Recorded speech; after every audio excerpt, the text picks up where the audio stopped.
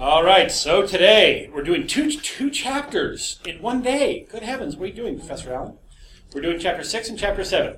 So Chapter 6, Variables and Constants, this is an idea that is, it's one that when you're first starting at this, it's difficult to grasp.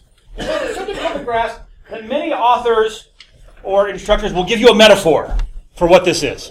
I'm not going to do that. I'm going to teach you what this really is when we're talking about a variable. A variable is one of those fundamental things in computer programming that are used everywhere. And they're always exactly the same. You know, in every language, but there's a variable. It's the way we treat it's a variable. And that's what it is. And I need you to understand it. To be good at this, you have to understand what's really going on. And it might seem a little bit more painful than it otherwise would have to be, but we're gonna do it. There is one place inside the physical hardware of this computer that I can store a value that is readily accessible to be processed. Well, okay, let's back up. There's a couple of places I can store values. I can store information on this computer. What are they called? RAM is one of them. What's the other one? Yeah, hard drive, some kind of stable storage. The big difference between those is that one's volatile, one's stable. So volatile means I cut the power and whatever was there, poof, it's gone. It needs current to be able to keep its value. And that's RAM. That is the place that we can store a value that's readily accessible for us to be able to process. And so one of the things that we do a lot in computer programming is we say, I've got this value. I don't need this value just now. I'm going to need it in a little while. I want to set it somewhere so that I can get it later. And that's RAM, random access memory. Put this somewhere, and later on I'm going to want to pull that back. I can't remember everything all the time, and so this stuff I don't want to think about it right now, but I'm going to need it later. And the construct that we use in programming to be able to achieve that, to be able to take a value, put it into the physical random access memory of the computer, and then be able to pull it back is called a variable. Back in the olden days, well, in the very early days of computing, we didn't have variables at all. I mean, we were actually programming computers by plugging wires from one relay to another, and it was kind of an amazing thing. But as soon as we got memory, we had some way that we could address this location in memory, that we could store a value, and we could have that value stick around. And we referred to those locations by that memory by its physical location. And if we can look into the memory chip, we can say, well, there's lots of little places that you can store a 1 or a 0 in here, and each one of those little places has an address. It has some location, physical location for where that little bit of memory, and when I say bit, I mean bit. That's one bit. It's that little tiniest little bit of information. Each has an address. And in the early days of using random access memory, we had to refer to it by its physical address. Wasn't such a big deal back then, because we only ran one program at a time. You want to run a program? Great. You want to run another program? Stop the one you're running, and you can run a different one. What? That seems so strange today. Really? You run one program at a time? Yeah, we used to do that. One program at a time. Now we have operating systems that can run 2 or more programs simultaneously. You can switch back and forth between them. Now, do you see the problem that would happen if we still had programs referring to memory by its physical location? Yeah, what would happen if you've got your email program up and it says, I want this particular location of memory, I'm going to put something in this location, and you've got something else up, a web browser up, that also wants to refer to that same location of memory. What's going to happen? Email program puts something there. Web browser puts something there. Email goes to read it. What's it going to read?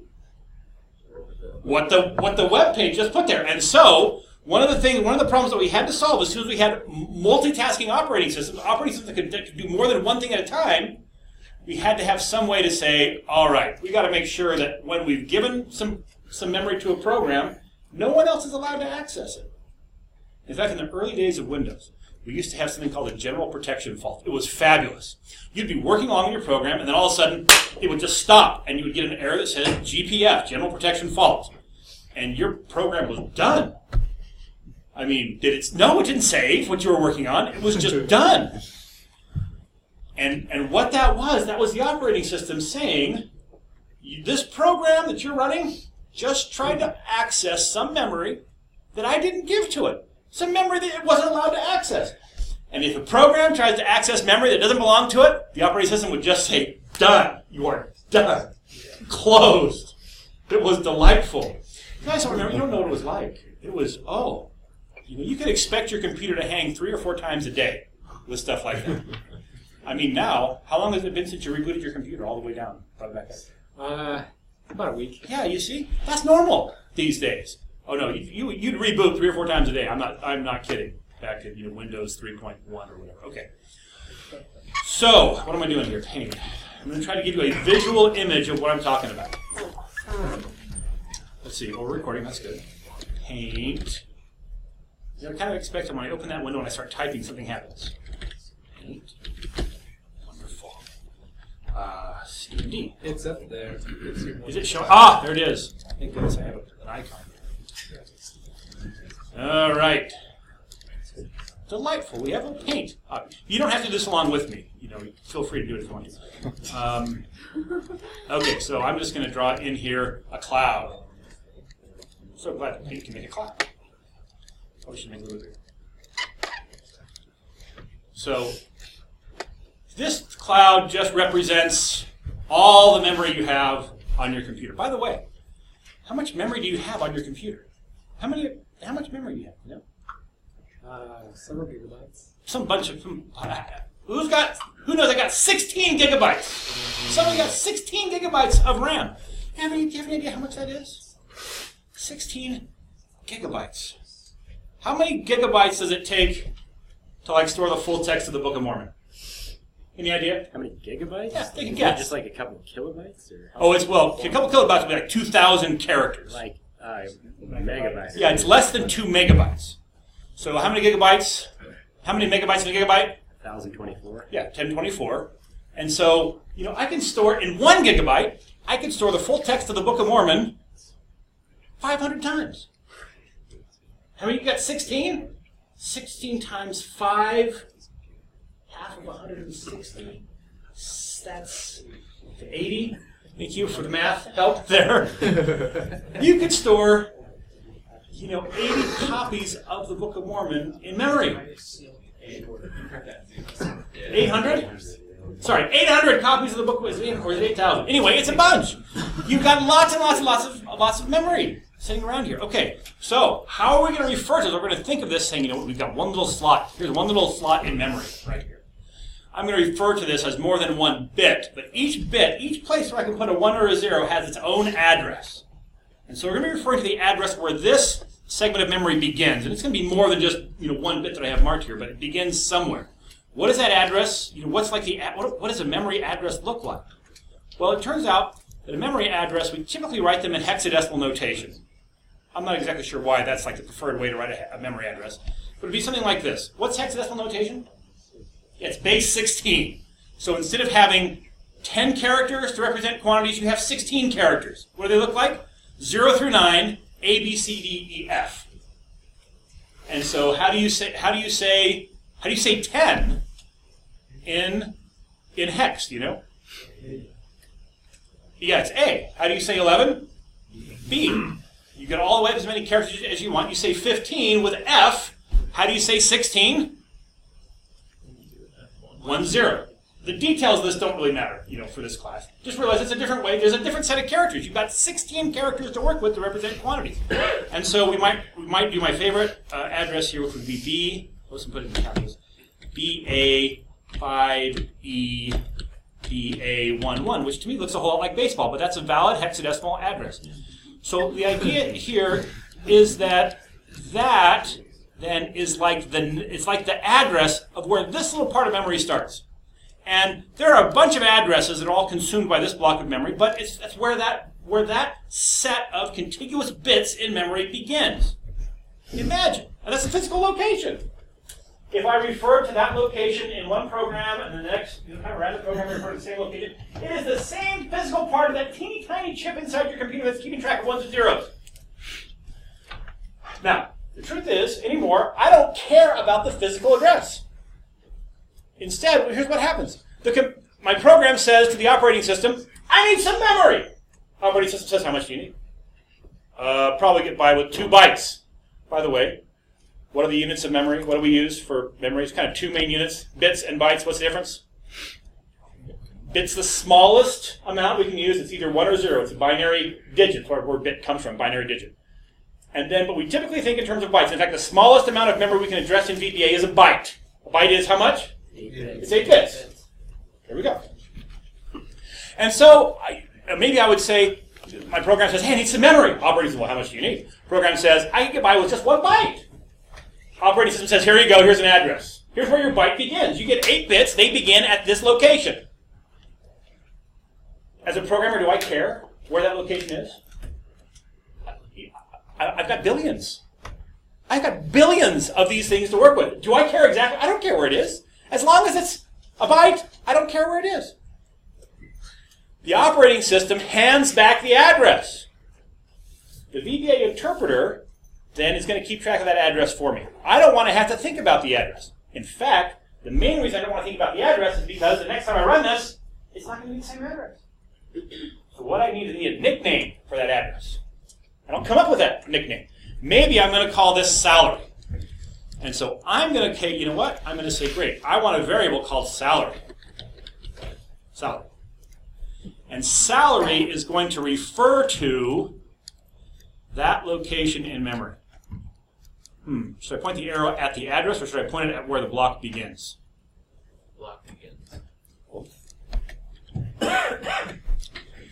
Why don't we do this? Why don't we say that this label here refers to that location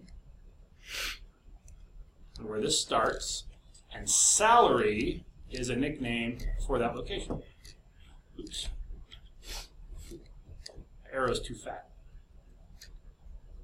You gotta get too far away from me before I can start changing. It's a huge arrow. Oh well. Okay. So salary then becomes the nickname that I'm going to refer to this location in memory for. And I don't ever have to think about the address. The truth is, if I'm curious, I want to see what the address is of that, I can ask.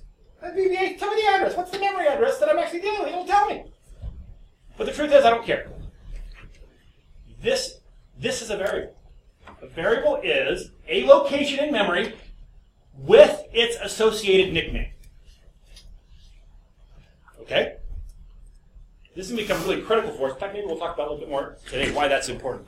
So, the author may talk about this, being like a bucket or a named place where you can put a value and call it back.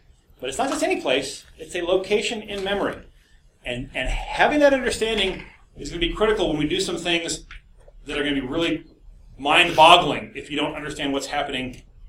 This idea here. That we can have a location in memory and we can give it a name. The reason this is critical is because it is possible to have 2 different nicknames for the same location. And that's where things get weird. We're not going to go there today. So the question is, how do I create one of these in VBA? It's a breeze. First of all, you have to open VBA somewhere. So I'm going to use Excel. It's opening.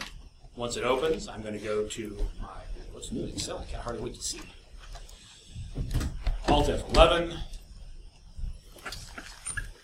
View my project. Explore. So here's book 1. It's a brand new workbook. That's great. I am going to insert a module. I've got a brand new module. Hey, since the question came about option explicit, let's go ahead and talk about it here just as soon as I show you how to declare a variable. So sub, got some sub procedure, I'll call it variable demo, or var demo. And here's how I create a variable. Dim salary. That's the minimum that it takes to declare a variable. There's more coming. Dim is short for dimension. We are telling it how much memory, I'm asking for a size, for a quantity of memory. I'm dimensioning memory. I am saying, give me a certain amount of memory. That's where the dim comes from. Now, it turns out that I can optionally give a data type to this. You say as, and then I give it a type. I'm going to do this one, byte. So dim salary as byte. So byte is a data type. Byte does two things. Number one, it tells, I'm giving it an instruction, how much memory I want. Can you guess how much memory I'm going to be asking for here? A byte. 1 byte. But it also restricts what I'm allowed to put into memory at that location. So this, I'm going to have 1 byte to work with, but it's a data type. So what type of data am I going to be allowed to put into it? Turns out that byte is one of 3 integer types. Byte, integer, and long are the 3 types. And it's just a matter of how much memory I'm going to use to store an integer. So let's take a look at that right now. So I would then just put in a value into here. Salary equals 500. Now let's do 200. And then let me print the salary. So the idea here is I've got some value, I've got some value that I want to put somewhere. Great, I've declared a location, I've declared a variable. When this line is processed, the interpreter says to the operating system, I need 1 byte of memory. Operating system says, great, I've got some lying around that nobody's using right now. It allocates 1 byte of memory to Excel, and the interpreter goes, thank you so much for that address. And then it binds the name to that address, so that I don't have to think about the address, I just think about the name. And then later, in this case, not very much later, I'm going to refer to that location in memory and read the value back out of that. So this assignment statement says take what's on the right-hand side, put it in what's on the left-hand side, so we're storing the value 200 into the variable, and then we are going to print whatever's in that variable. So that should print 200. It's a lot of work to print 200. Any questions here? We could do more. We could do 250. And now that will print 250. We could print 260. And we can't. There's an error. Why is there an error? Apparently, it's because there's an overflow. It's error number 6. So we can understand why we have this error. But before we do that, let me explain option explicit right now. It turns out that without option explicit, if I take option explicit off, and I don't declare this variable, the interpreter is coming along, so I've commented out this variable. The interpreter coming along, and it gets to this word salary, and it goes, salary. I got to figure this out. I don't know who's writing this stuff, but I got to figure this out. Salary. And it goes, what's up? Is it the name of a worksheet? No. Is it the name of some word? Is it the name of some other object? Is it a workbook? Is it some built-in statement that I know about? No. It goes to the whole list of everything it could possibly be. I can't find it. I have no idea what salary is. The only thing it could possibly be is it could be a variable. Maybe my poor programmer was up late last night and has forgotten to actually declare the variable. That's okay. I've got it covered. I'll declare the variable for him. Without option explicit, if I don't declare a variable, this code will work just fine. We can go back to 250 and run this. Oops. And run this. It's great. It got to this and it says, you haven't told me what this is. It must be a variable. It allocates, it requests some memory from the operating system. It's great. We can put 250 in that location in memory. Does it only request a single byte? No, it has no idea what I'm going to do with it. It has to request more. It has to say, I have no idea what he's going to do, but I'm going to prepare. I'm going to get a lot. It will actually allocate 22 bytes, just to be sure that it's got enough to do whatever I want to do. But if I have in here this option explicit,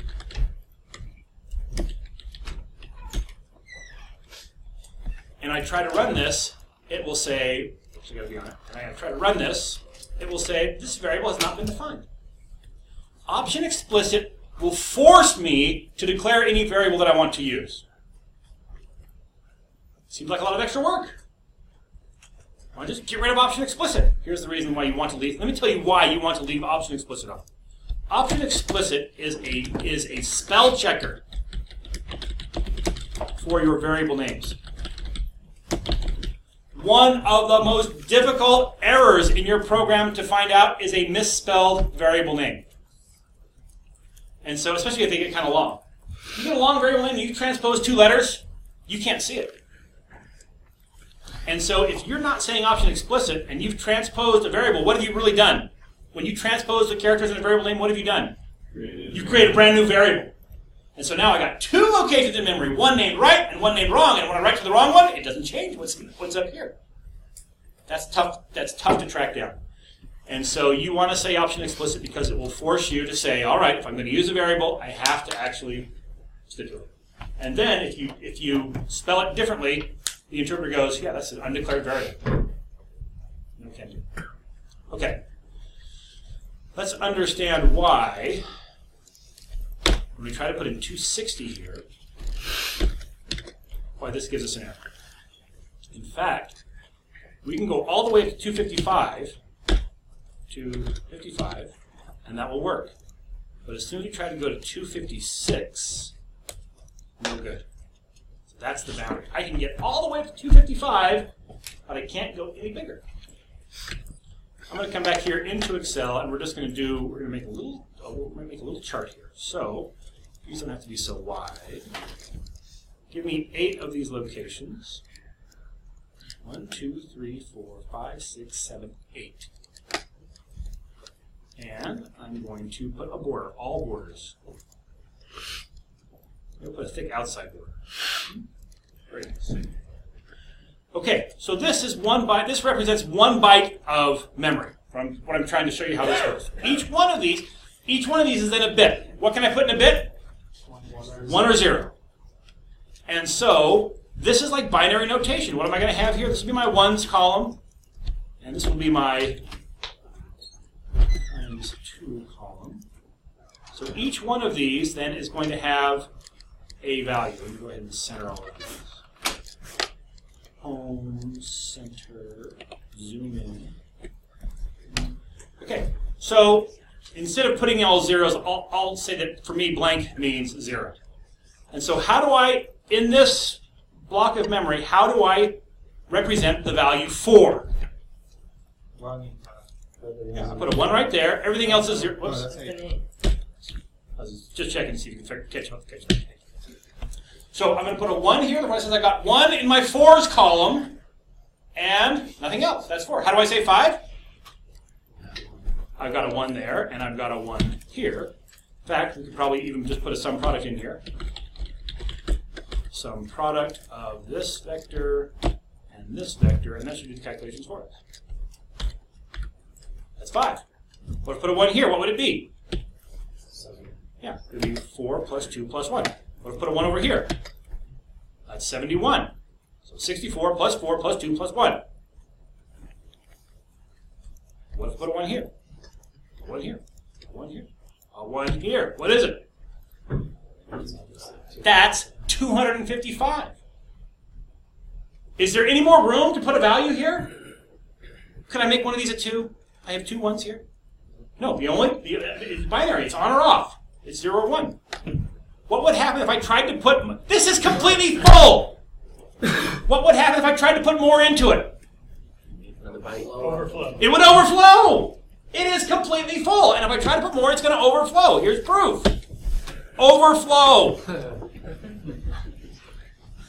You tried to overflow memory. No, you're not allowed to do that. Oh. So what's the lowest value I can put in here? 0. So can I put 0 here? Should be able to put 0 here. Yeah, no problem. Salary of 0 is not all that impressive. I guess it's volunteer work. What if you put a -1? Oh my. Underflow. I'm just kidding. It's still an overflow. No such thing as underflow. Yes.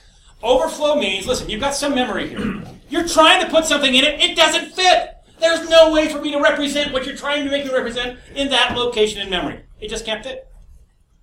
And so if you get an error that says overflow, that's what it means. You're trying to store a value somewhere that it can't fit. If we crammed it in there after all, it would overflow. Where would all those extra bits go? Probably fall out and be somewhere, rattle around inside. You'd shake your computer, rattle around in there because these things overflow, spilled out all over the place. It's not going to let you do that. Okay. So what if I had 2? What if I had 2 bytes instead of 4? I'm sorry, instead of 1. how would that change my range? It's twice as much memory. Does that mean my range is twice as much? Oh, maybe it's 16. I'm not sure exactly. But every bit I add doubles it. So it will double for this bit that I add, this bit that I add, this bit that I add. And so it'll give me a lot more. Now, as it turns out, that's what an integer is. So let's declare another variable as integer. Salary as a byte is kind of a pitiful salary. So let's do this. Let's change the one that we're working on right now to like user choice. We're going to have the user choose something. It's a list from 1 to 10, and so byte's going to work just fine. So I'm going to convert this one over here to user choice. Now, I don't want to, we'll say salary for the next data type. So for integer, why don't we say some other, we'll call this miles. M-I-L-E-S. It doesn't really matter what we call it. I'm naming this an integer. Okay, so the range for byte is what? 0 through 255. And it takes 1 byte of memory. Now, integer, then, it takes 2 bytes of memory. But what's the range? Now, this one's a little bit different. Maybe I will go ahead and we're going to go ahead and explain this one, and this will be the last one that we do visually. So here's integer. Got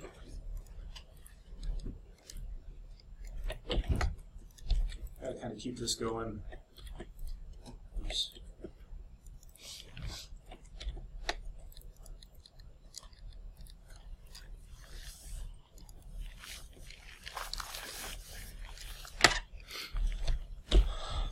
Okay. So yeah, maybe in fact, instead of actually calculating it, we'll just discuss it.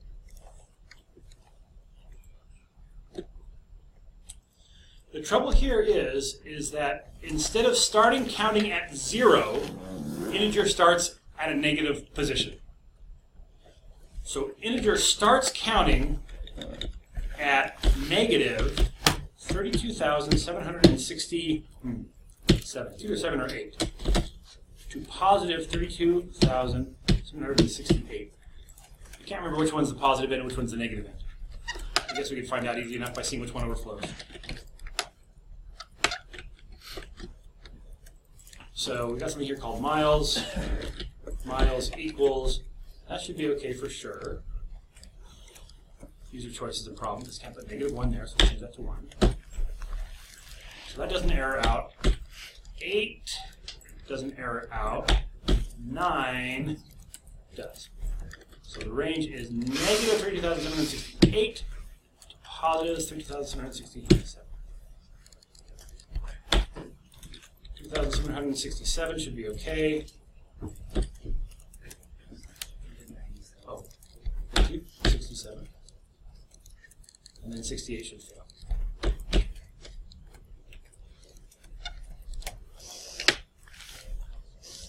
And the reason is that when this thing is all full of zeros, then the starting point is negative 32,768. And then it's that plus the sum product equals this plus the sum product of these two vectors of numbers. You don't have to build this worksheet with me. This is just kind of for me to kind of help you understand what's going on in memory. So if I have nothing there, the actual value, so this is the start, the actual value is that. So what if I have a 1 here? That's 0. That's, we say we've got some amount here, that's 0. What if I want to have, actually show 1? Well, it's one of these and one of these. I want to show 65. That's how it is. So instead, and this is different than some languages. Some languages take one of these bits and they say this bit's just a sign bit. So you've got all of this to indicate the value, and then this one you just tell me if it's positive or negative. VBA does it a little bit differently. It says Yeah, when there's nothing here, we're starting at negative 3,768, and then we count up from there. It gives you the ability to handle one more number if you have assignment. One number more. Questions? Yes, in the back. Could you make that number 66? Could we make this 66? Sure. That's a 2 and no 1. Oh. So how does it get I can do anything. Give me another one. Come on. Give me another one. 666. Well, that's a little harder. We can get there, but we have to find, so it would be, okay, that's going to be there. We're going to have, we got to have a 512. So put a 1 there.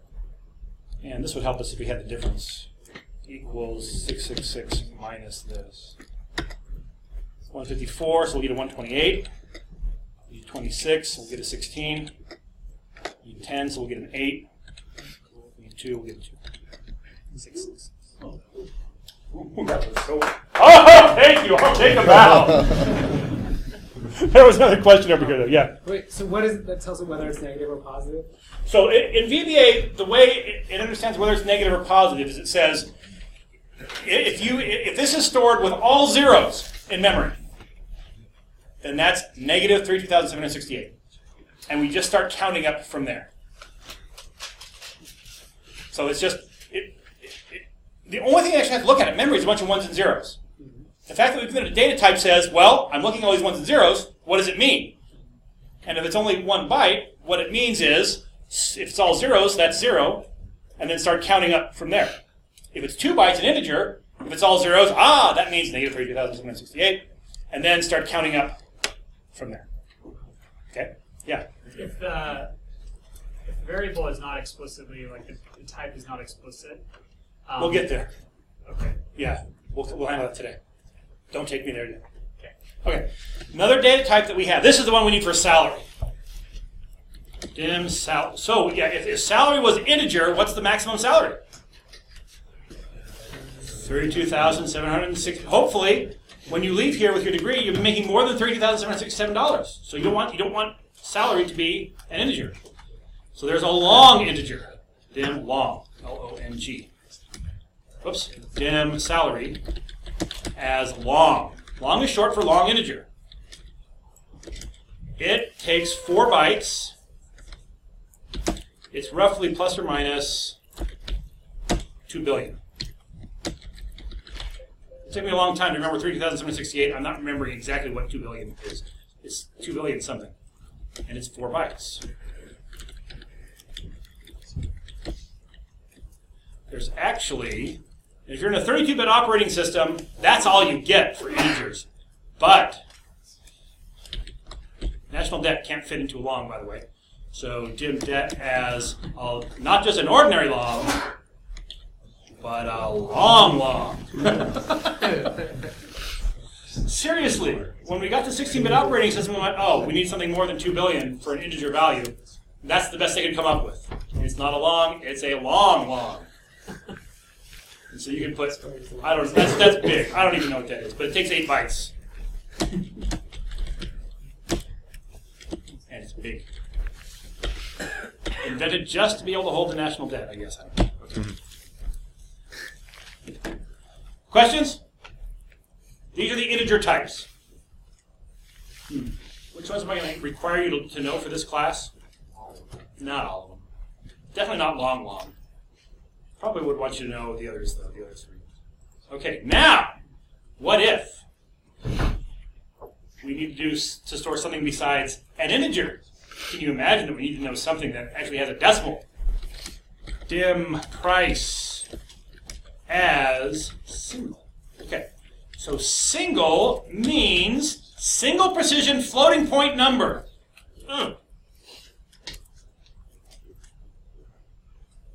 It's not as marital status. It's not like it's a data type that's hoping to hook up. It means it can handle a decimal. Now, we use the term floating point. Let me explain what that means. So imagine that, so single type is the smallest one we have. Single actually takes 4 bytes. The range, however, is not especially clear. So imagine this. If I think about single, I'm going to do it as if it only takes 2 bytes so we can see it on the screen.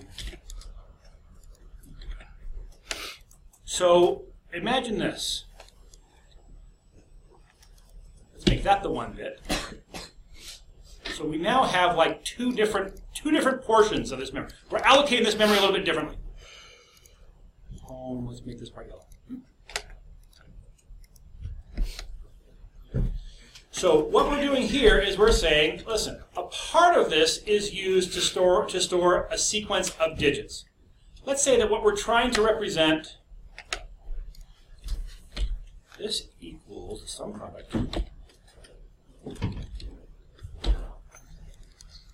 this range and this range. Okay, let's say that the price of the product we're trying to represent is $40.99. More likely, it's $39.99. That's not right.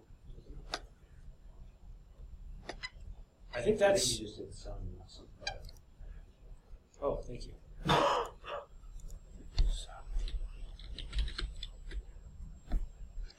So the price that we're trying to do is $20.89. In fact, it would probably be $19.99. If we're that close, we'd probably be anyway. It doesn't matter. So the question is, how are we going to represent that in memory? And why is this called a floating point number? Here's the reason. Here's the answer. The answer is we use part of the memory to indicate what the integer portion of this is, and then we use part of this to indicate where the decimal goes. And so over here, where does this decimal go? Some product of this.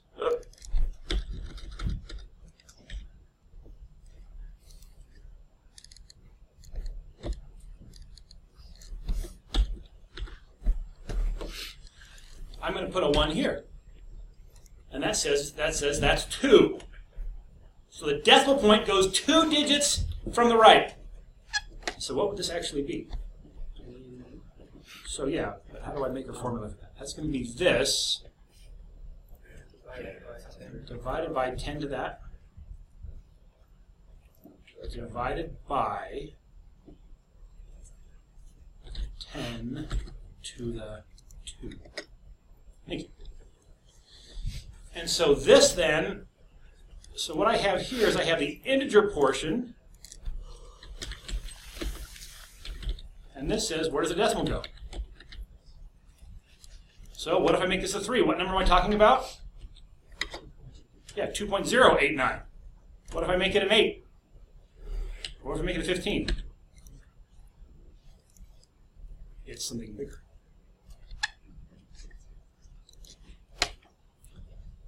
I'm sure that scientific notation means something to somebody, not to me.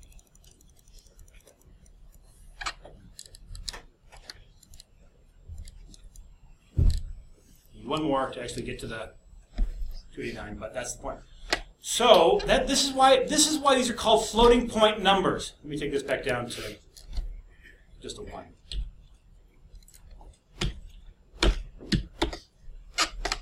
Very precise number. Is because a portion of the memory keeps track of the number just like it is an integer, like any other integer, all of the digits. And then another portion of it says, hey, in that series of digits, where does the decimal point go?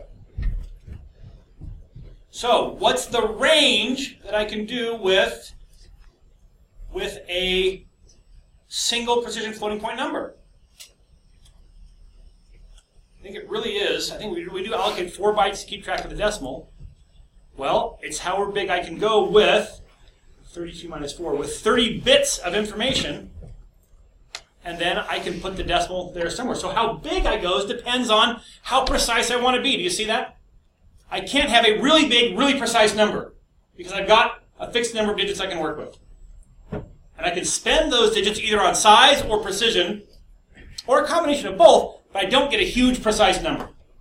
Does that make sense? Okay, the other type that I have the other floating point type I have is called, can you guess? It's bigger than single. What is it? Double. Double. It's 8 bytes. And again, dim price as double. You have 2 prices. Oh, thank you. Dim price as double. Now, there's another one that's kind of similar to these called currency. Dim national debt. There's no spaces. As currency. Currency is a fixed, F-I-X-E, it is a fixed point number. I won't try to draw this one out. Let me just explain it. A fixed point number says this. In memory, all of the digits, all of my bits in memory go to store my digits. And they are always stored to 4 decimal points or to 4 digits of precision. Right? Here in single, we have to allocate some memory to say, where does that point go? In currency, we just say, you know what, we always store it to 4 decimal places of precision. Just store the digits, and we know the decimal point goes 4 digits from the right. Yeah, all right. And so we don't have to allocate any memory to keep track of where the decimal goes. We always know it goes to the same place. So we can go a little bit larger. I think currency is 4 bytes. I'm not sure. It might be 8 bytes.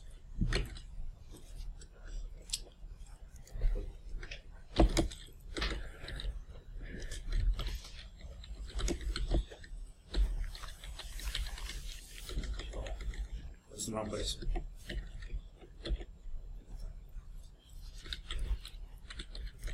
National NATL.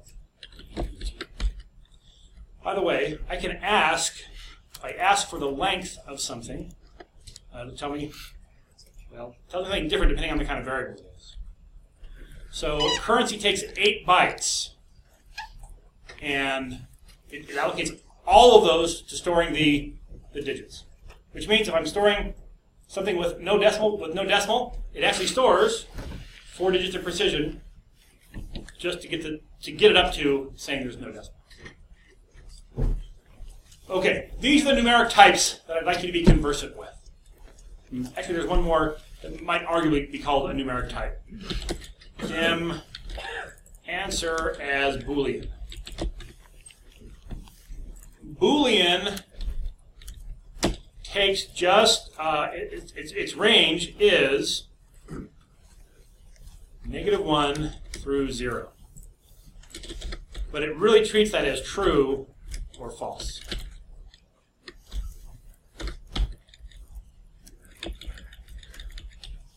Now here's the creepy thing. How much memory does it take? 2 bytes.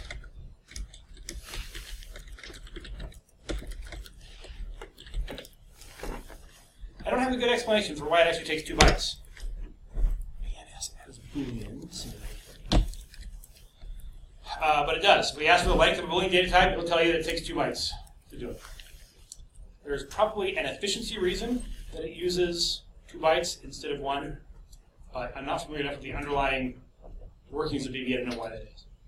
So is -1 supposed to represent like true or false? -1 is true. How come it always returns a 1?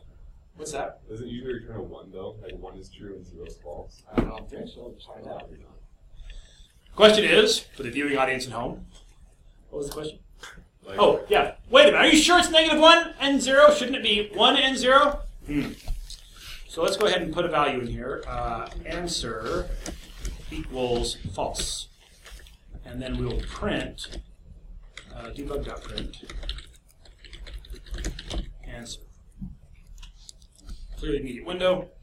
Now I expect that to actually print false. You'll notice this does not have quotes around it. It's false. It is something that it's an expression that the VBA interpreter just understands. Okay, or if I had that say true, it would print true.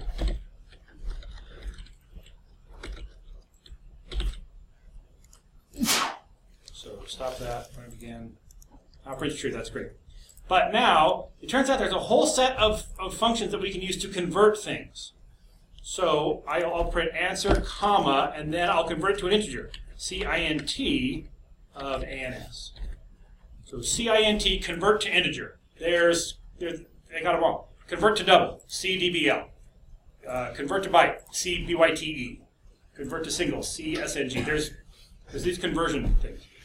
So the question is, if we take a Boolean value that's a true, and we convert it to an integer, what will it put?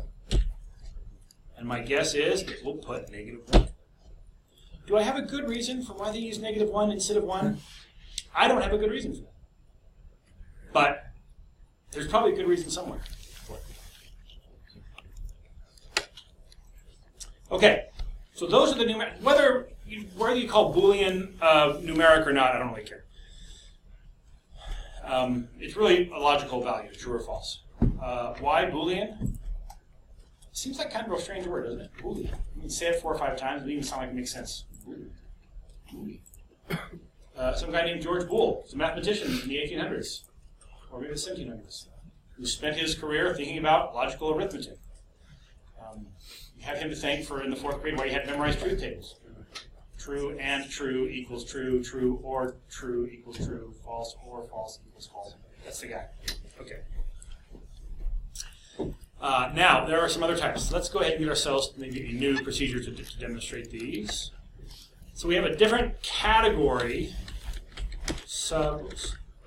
I'm going to call this var num demo, var num demo, or num var demo. This one's going to be str var demo. So we have some that are for strings. So I can declare name as string. So far, the data types we've talked to are fixed memory data types. I say declare the variable. It says, great, I know exactly how much memory you're going to use. I don't care what you put in this. It's using the same amount of memory. Strings are variable length data types, which means how much we use depends on how much we put into it. So string data type, first of all, is going to do this. There is 4-byte overhead and 1 byte per character.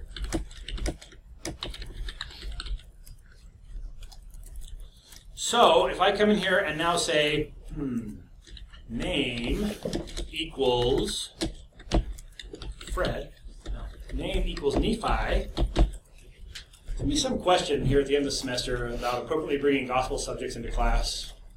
At that moment, you'll remember this example. No, we could have used Fred. So, 4 bytes gets allocated to say how long the string is, and then 1 byte per character for all these characters. Questions here? Here's the thing with all of these variables that we're creating in memory. And if we think back over here, this is going to start in memory, and it has to be contiguous. It's not like we could say, well, part of this string is here, and then part of it's here, and part of it's here. They have to be little. If I could have a super magnifying glass and look a microscope, and I'm looking in there, and I could see those bits, they have to all be right next to each other, physically located right next to each other. And here's the reason. So if I think about a string, it's going to start the name, which in this case is name. I don't really like that as a name since I'm talking about a name. Let's call this employee name. So the nickname, the name of the variable is emp name. That's a nickname for how many locations in memory? So if I had emp name out here, here's the first question. First question, how much memory is going to be allocated to store this value? Yeah, it's the 5 characters to store that, and there's going to be 4 of overhead to tell me how long it is. There are 9, and in fact, so I take that 9 times 8, and that will give me how many bits? Each one of those bits has an address. So it's 9 times 8. 72? Yeah. I got 72 bits. Emp name is a nickname for how many of those? It's a nickname for just one of them. The first one. It says, where does this start in memory? And so when the interpreter gets there, it goes, aha, I found the location where it starts. I'm at that bit. And then it says the next 4 bytes, the next 32 bits, they tell me how long the string is. In those 32 bits, in those 4 bytes, it's going to say 5. It's then going to say, I need 5 more bytes. And that's the end of the variable. So there's some overhead involved, and then one byte per character. Now, we got a bunch of zeros and ones. How do we store an n? I mean, you can figure out how to get from binary, in fact we did, right? We saw how to get from binary to like integer values that we work with. How do we get to capital A? Well, it turns out, I'm going to do it over here in our single location. I've got 164 and I've got 1. That's 65. That's capital A. How is that capital A? And the answer is, there's a chart that we use to map from one to the other. I'm just going to Google ASCII chart. There's like thousands of pictures of this. Images. I don't care which one we use. Any of these should be okay. I've never seen this one before. View image.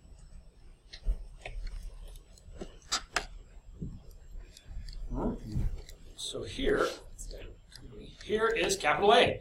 Capital A is number 65. Capital B is number 66. Capital C is number 67. Space, apparently this is a Spanish version. This is the espacio. I said I didn't care which one we chose. Now I'm not so sure about that. Exclamation point is 33. Each one of these characters has a code that if I'm storing a string and I get to that particular byte and I put in 33, I put in whatever makes 33 here, so it's 0 here and 1 here and like that. That's an exclamation point. How does it know? It's because the computer goes, aha, this is a string variable, and I look at the memory, I go, aha, that's 32. I look at all those bits, that would be 32, goes to the table and goes, aha, or 35, or what is this, 33? Exclamation point. Okay? And so that's the way character data are stored. Each character has a code. Each code then gets stored in memory. We keep track of how long it is. It all starts from one location and goes to the other. Now, what happens if I change? It's kind of interesting. What would happen if I change this? Imp name is Nephi, and then I change it to imp name is Nephi Lehi.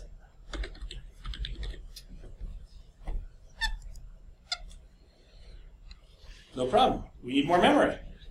But what if, think about memory. We got memory here. It's Nephi, the imp name starts here. 4 bytes, how long it is. 5 bytes, Nephi. And then some other memory got allocated right here. Who was using this memory before? Nobody. What if another variable gets used there? Can I just stretch this variable out?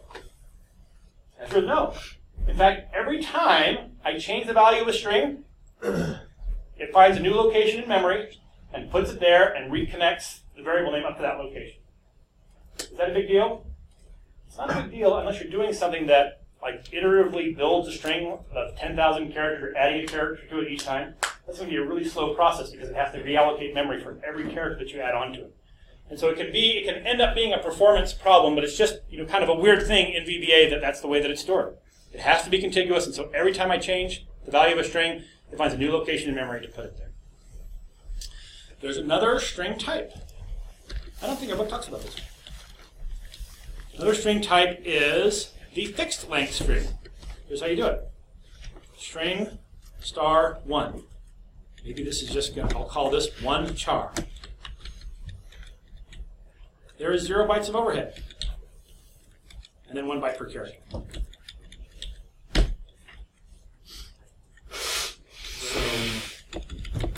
The interpreter now keeps track of this variable. It says it is always this particular length.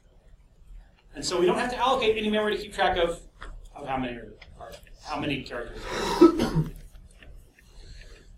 Okay, another data type. By the way, do we care about those 4 bytes of overhead? How many bytes do you have in memory? Billions and billions. Do we care about those 4? Should I be thinking, I should save 4 bytes by using this as a fixed length string instead of a regular length string? And the answer is, if you're making one variable, no. I'm going to show you in this class how to make 10,000 variables with one statement. 100,000. You name it. It can go as big as you want. So as soon as you start doing arrays of variables, lots of variables at a time, you got to think about how much memory you're allocating. Okay. There's a couple of other kind of strange data types. Here's the next one. Dim my variable, my var, as variant.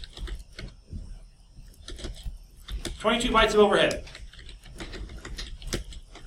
24 bytes of overhead. Can store anything.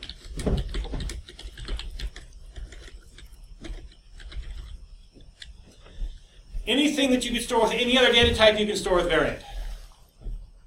22 bytes of overhead. You want to treat it like a number, it behaves like a number. You treat it like a string, it behaves like a string. There's some others we're going to see here shortly. You treat it like that, it's going to behave like that. In fact, if you don't have option explicit declared, and you make up a new variable name, it will declare it as a variable of what type? Variant. If you don't, so that's the answer to your question you had earlier. If you don't specify a data type, we did this earlier. If you just dim, what did we do? I don't remember. Your var, just with no data type. What type is it? Variant. Yeah, that makes a variant as well. Now, there's always a few folks who think, I sure wish you would have told me variant first, because that's the one I'm going to use all the time. You don't have to think about it. And plus, I got billions of bytes. What do I care if I use an extra 22? Billions. Here's the thing, is that there's a complex set of rules about when you put something into a variant, how it actually behaves. And the vast majority of the time, those rules, you could just ignore them. But there's some really strange things that when it happens, you would go, oh my gosh, why is this happening this way? Oh, it's treating that number as a string rather than as an integer. Plug it into variant type. And so, as tempting as it may be to say, I just want everything to be variant, don't do that. You want to have a little bit of discipline here to say, I know what kind of data I'm putting in this variable. I'm going to choose the right type of variable. And it's not because, there's some professors saying that's the way you should do it. It's because your life really will be bad if you try to use all of your variables as type variant. It's not because you use too much memory, it's because it's a complex set of rules as it figures out what to do with that. And at least once in your career, it's going to be something that you did not anticipate. And the reason I say at least once, because that's project number 3. Okay. You try to do project number 3 using only data type variant, you spent a long time with the team. You come to me, I'm going to say, oh, you're using variant. Go fix that and then come back. And you won't come back because it'll fix the problem for you. I wouldn't send you away that way. When you say it can store anything, you just mean it can store anything that the other types can store, not actually anything. It doesn't have a finite length. Anything that any other variable type could store, you could store with variant. Right. I mean, that's. Oh, by the way, what's the range for a string? I mean, how many characters could actually put into a string? 4 gigabytes. Wait, how many gigabytes do you have on your computer? 16? Huh. That's enough for 4 string variables. I can have a variable that's 4 gigabytes long. 4 gigabytes total. It's 4 gigabytes in text. It's 4 gigabytes. Those 4 bytes don't count in the 4 gigabytes. So it's yeah, so you can put some pretty big things here. Okay, one more type. Dim my range as object. This one is fundamentally different than all the others.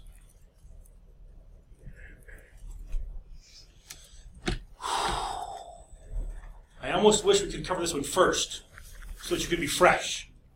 Get your mind. Everyone stand up. Just stand up and shake your hands and take a deep breath.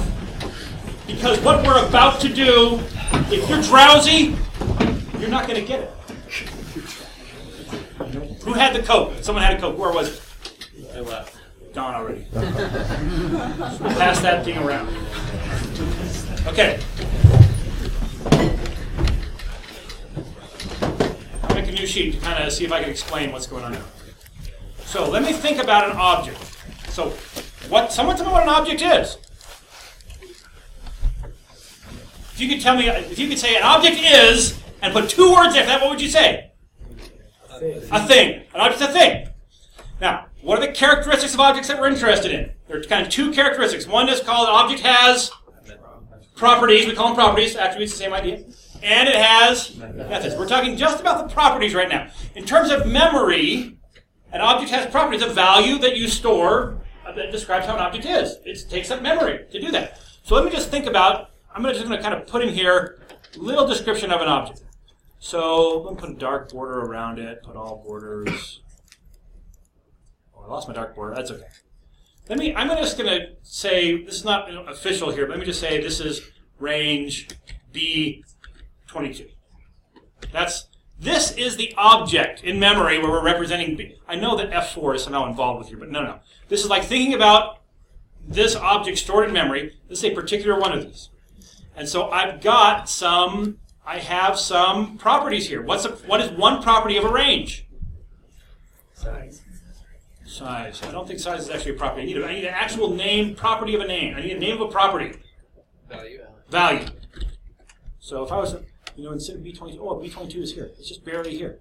So let me put equals 5 plus 2. Put minus instead of equals. Equals 5 plus 2. Okay. Here's again. Equals 5 plus 2. Did you get that? Okay. So what's the value of the value property? 7. Okay, I've got another formula. Can you see where I'm going with this? What's my next? Whoops, I said it. What's the next property I'm interested in? Formula. What is this? It is equals 5 plus 2. So that's a property. The formula property has this value. What is another property of this address? What is it? It's strange, but it's $B $22. And there are other properties. Okay. The top load of other properties that cell has.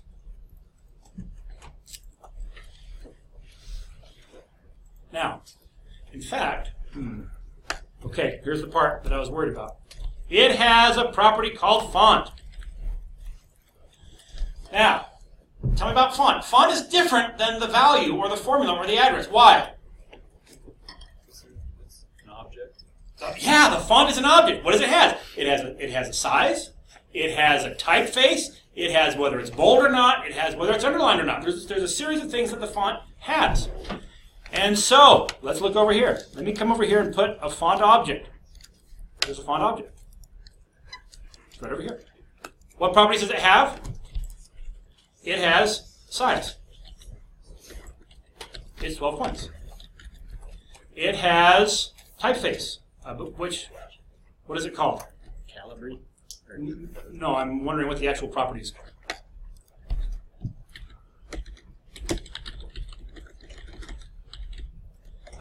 IDE cell dot font dot.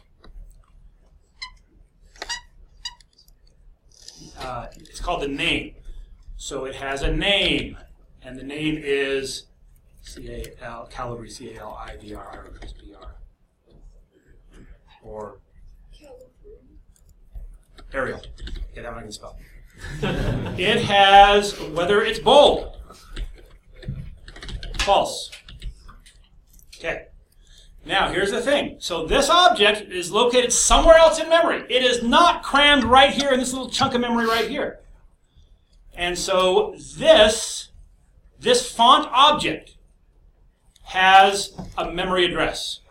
This is like BA5EBA12. There's some location in memory where this object is stored. And what is actually stored in the object for this font? It's the address of that. So this range object says, I've got some primitive properties that just have a value. The formula, the address, the value. They just have values. but it has a property that is itself an object. That object lives somewhere else in memory. It has some location in memory where it actually is. It has a memory address where it is. And so what do we store in the font property of the range object? The memory address of where that font object is. It's some of the location in memory. It's off to its way over there. It could be 4 billion bytes away. And I'll just put the address where it is, and then when I try to change the font of this, when I say I want to change the font from bold to not bold, or from bold to not bold, then I say range B22, however we refer to it, dot font, dot bold, and it goes dot font, oh, right over here, it jumps that location in memory, it finds the bold, and it says, that's where it's going to put its new value. This idea here that allows me to say I've got a reference to some other object, that what it actually stores is the address of that object, that's what an object variable is. So when I come over here and I say, I better do this one as a separate sub. Sub objvar demo. Dim my range as an object. Now I want to bind that onto some existing object, onto some existing range. Set my range equal to, now I'm going to give it a reference to a particular range. I'll just say active cell. Active cell is reference to some range, just one cell. And what this does is it does exactly what happens here. That here I could think of this as, oops, I want insert. Shapes, illustrations, shapes. Who knew it was so hard to make an arrow? All right, that just points over here and says, that's just a reference to where that object is. What I've just done is I have said I've got some variable here called my range. And so here's B22.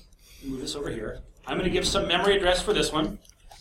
BA5EBA13, some location in memory. My range is now going to refer to this object in memory.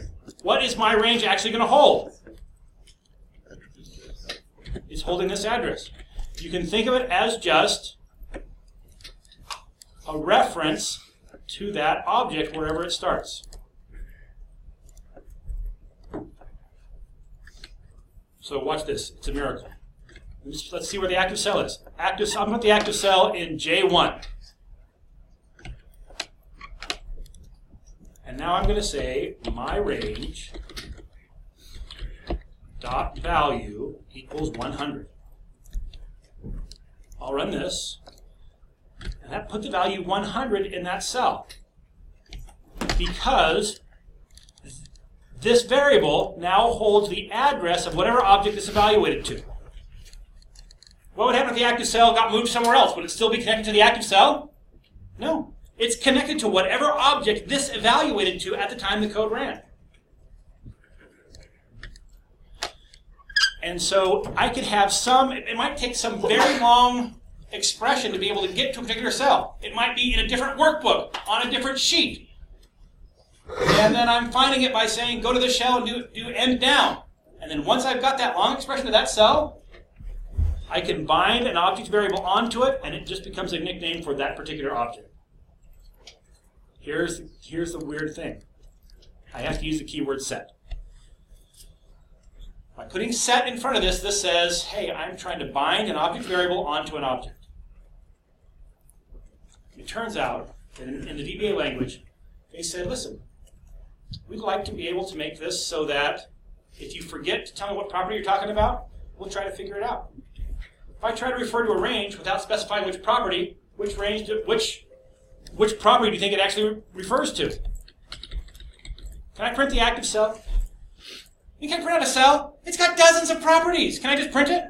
You can't print a cell. You can't print all the properties of a cell. I mean, it would be possible to make a program that does it, but this won't do it. Instead, the guys who made VBA said, you know what? You probably forgot. You just forgot to put the property. I know the property. You probably mean value. I'm going to figure that out for you. Because it tries to infer the property you left off here, you have to tell it, I didn't leave the property off.